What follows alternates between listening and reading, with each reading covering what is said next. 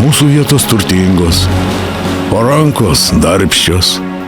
Kol jūra rami, žuvis pačios į tinklą šoka.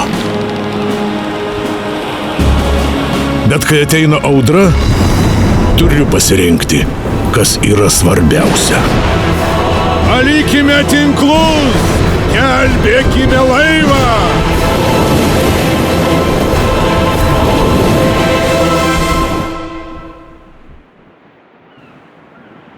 Juk nuo to, ar laivas nesuduš, priklauso visų mūsų gyvenimai.